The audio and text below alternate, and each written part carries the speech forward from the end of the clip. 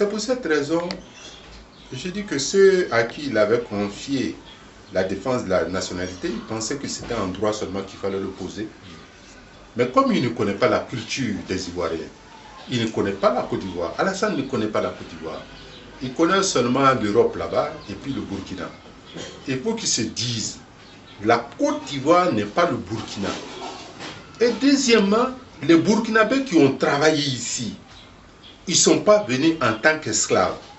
Ils sont venus en tant qu'immigrants pour venir à leur demande, se faire embaucher pour travailler. Et pour ce travail, chacun a été payé. Quand ils sont partis dans l'Ouest, ce sont eux qui cultivaient. À la fin de la récolte, on les payait. Mais aujourd'hui, on veut prendre ces terres de ces propriétaires-là pour donner à ceux qui sont en train de cultiver. C'est pour cette raison que je dis quelque chose.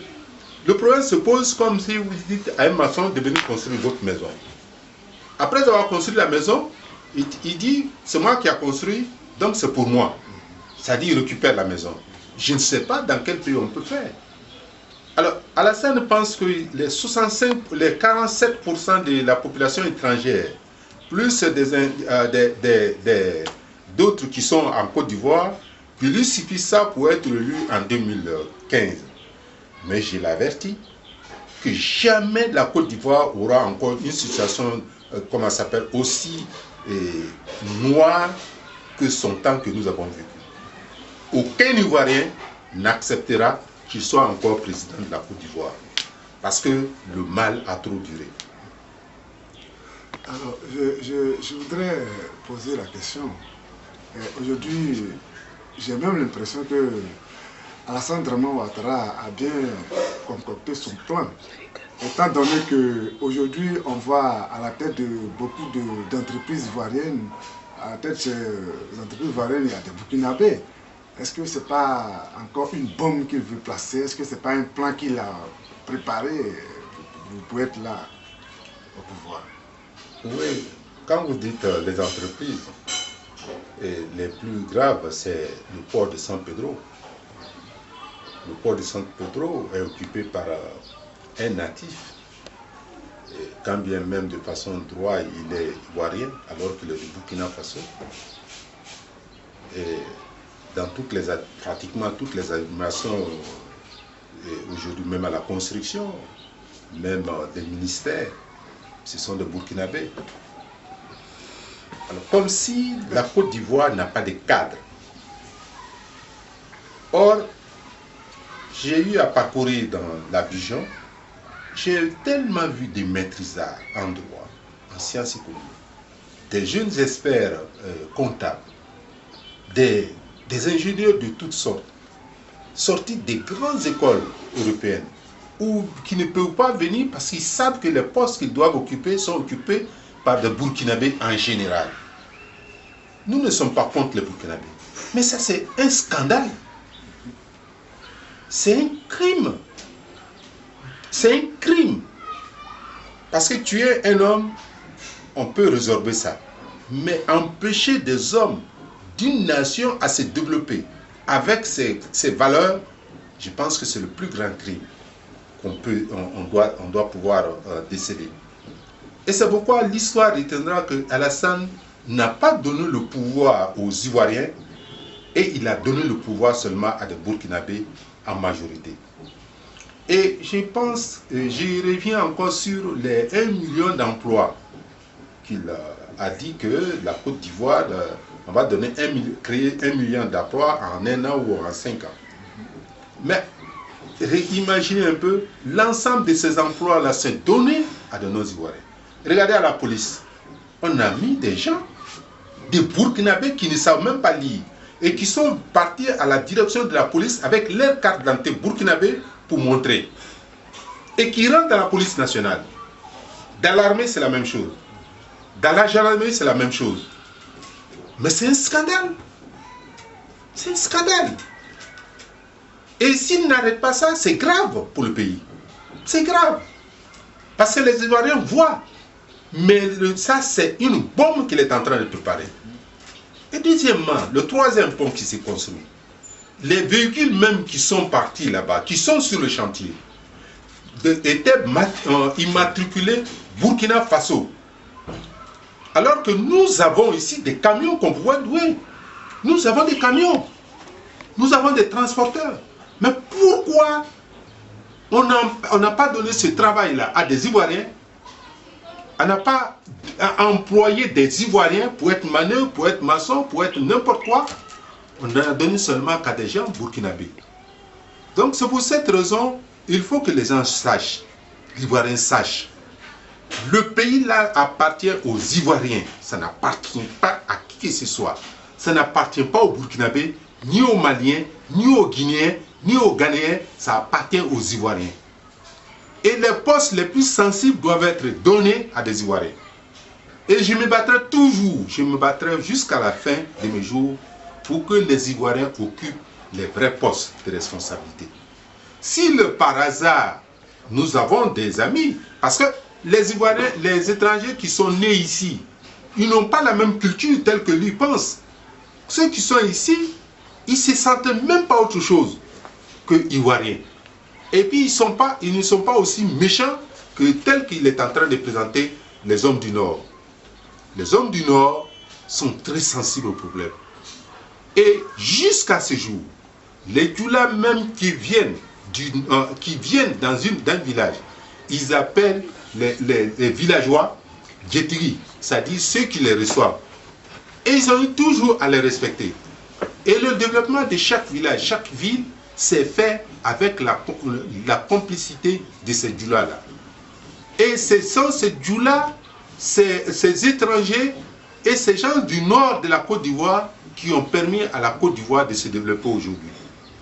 Et je remercie plutôt ceux qui ont travaillé le sud de la Côte d'Ivoire.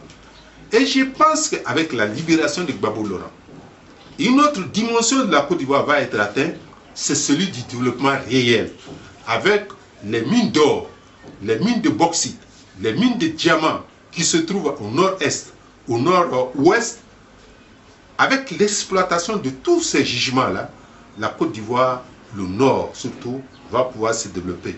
Il va pouvoir attirer les hommes du sud vers là-bas. Et je voudrais dire une chose.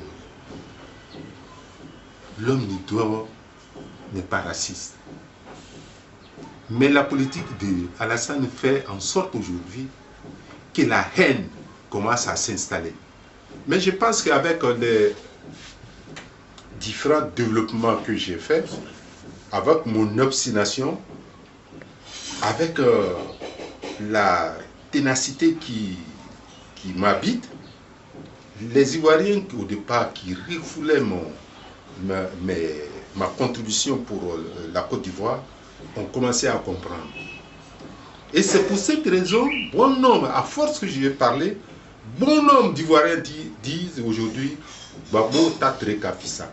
C'est-à-dire le moment où Gbagbo était président, c'était mieux que ce que nous vivons aujourd'hui.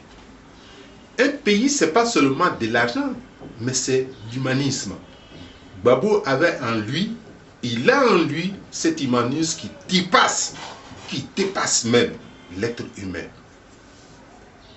Je le dis parce que je le connais en tant qu'homme d'abord, en tant qu'étudiant et en tant qu'homme des valeurs. Et connaissant toutes les cultures. Et il a été, quand on me dit je défends le président, je l'ai connu. Parce qu'il n'y a pas un village où il n'a pas mangé. Il n'y a pas une ville où il n'a pas mangé. Donc il connaît la Côte d'Ivoire dans sa main. Et Alassane Ouattara, depuis qu'il est en Côte d'Ivoire, c'était la première fois qu'il allait au nord. C'était la première fois qu'il allait à Boundiali, la première fois qu'il va à Tengrela. Mais quand on dit qu'on est ivoirien, hein, on n'est pas ivoirien à moitié.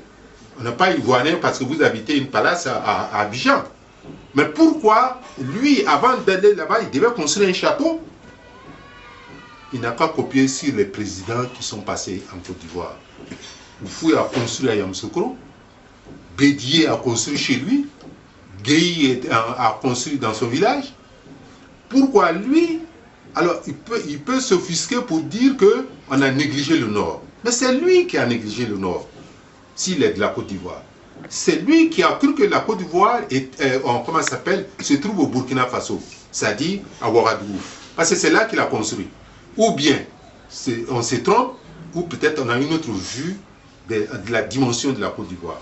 Mais la Côte d'Ivoire s'arrête, il y a une limite. Mais ce n'est pas au Burkina Faso, ce n'est pas à Ouagadougou.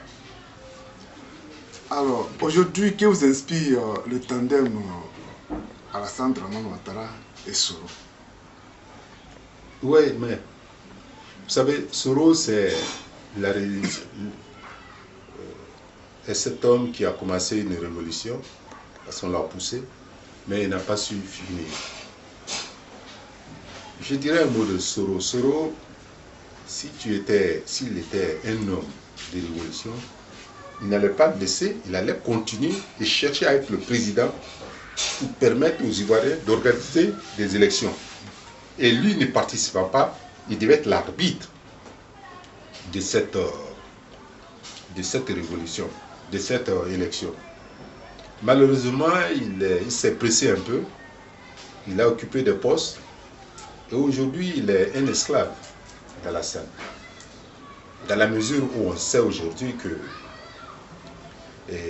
il espère qu'au départ d'Alassane, ou il espère que Alassane va mourir d'un moment à un autre, et compte tenu qu'il est président de l'Assemblée nationale, des droits, il va devenir président et il va organiser les élections. C'est mal connaître les Ivoiriens et mal connaître Dieu. Dieu est unique. Et Dieu ne peut pas accepter que par le mensonge des gens qui sont venus au pouvoir, qui se sont accaparés du pouvoir, qui ont tué 1000 personnes et qui continuent à tuer et qui continuent à créer une terreur incommensurable, ces Ivoiriens puissent accepter qu'eux encore gouvernent.